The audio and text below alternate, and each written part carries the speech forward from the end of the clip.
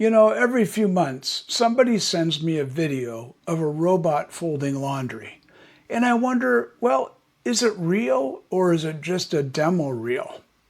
Turns out that this is already really being tested in senior care. Take ElliQ, the tabletop AI companion New York State piloted with over 800 seniors for a full year. It's not humanoid. It doesn't even have a face, really, just a moving head and a voice.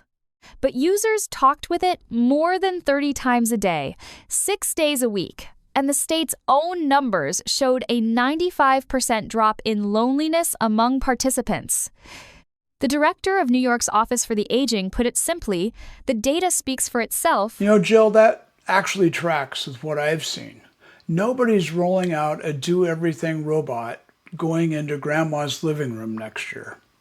But one job done reliably, that's exactly the kind of help that actually gets used, and it's not just demoed.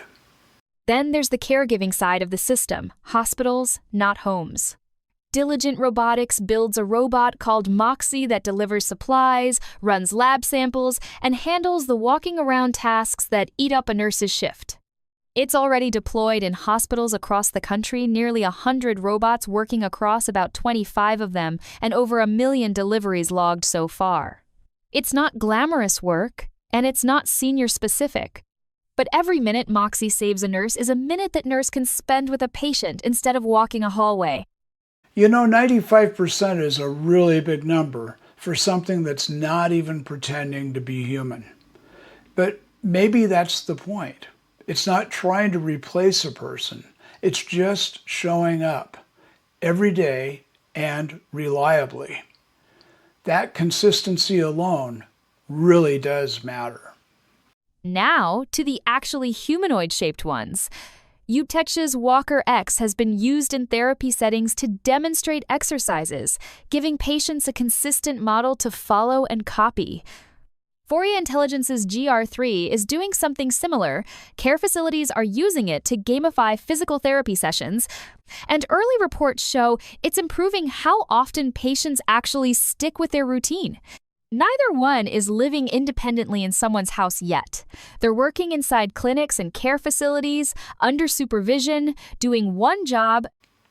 That's the part that people miss when they start thinking about robots and caregiving. It's not robot versus nurse. It's robot doing the errands so the nurse can get time back. Time that's supposed to be spent with the person, not in the hallway. So here's the honest part. Almost everything we just covered is a pilot, not a product you can buy. Most of it is funded by a state program, a hospital system, or a research grant not sitting on a shelf at a store. Costs are still high. The robots still need people to maintain and supervise them, and none of this replaces a caregiver's judgment. What's changed is that these aren't lab demos anymore. Real seniors and real staff are using them every day, and the results are being measured. So the humanoid part isn't really the headline yet. It's really about the job that it's doing. The shape just happens to be useful for demonstrating movement a person can copy. That's a much smaller claim than the robot moves in. I'd really rather have the honest version than all this hype. Slow and measured beats flashy and fake. And it's really working quietly in real hospitals and real homes. That's a bigger deal than another viral demo video could ever be. Since we're really focusing on being real this time, let's do the dog corner a little bit differently. One pet, one story, meet Paro. Paro is a robotic baby harp seal, built specifically for therapy use in dementia and memory care. It's soft, it responds to touch and voice, and it's been used in Japan, the US, and Europe for over 2 decades. Care staff use it to ease agitation and anxiety and to open up conversation with residents who've otherwise gone quiet. It's recognized by the FDA as a therapeutic medical device rare for something this simple. The research on memory itself is mixed, but for calming a hard afternoon, caregivers say it works. So what really stood out to me putting this one together isn't the robots. It's about how narrow all this really still is. Nobody's built the do-everything companion yet. What they've built is a handful of very specific, very reliable helpers.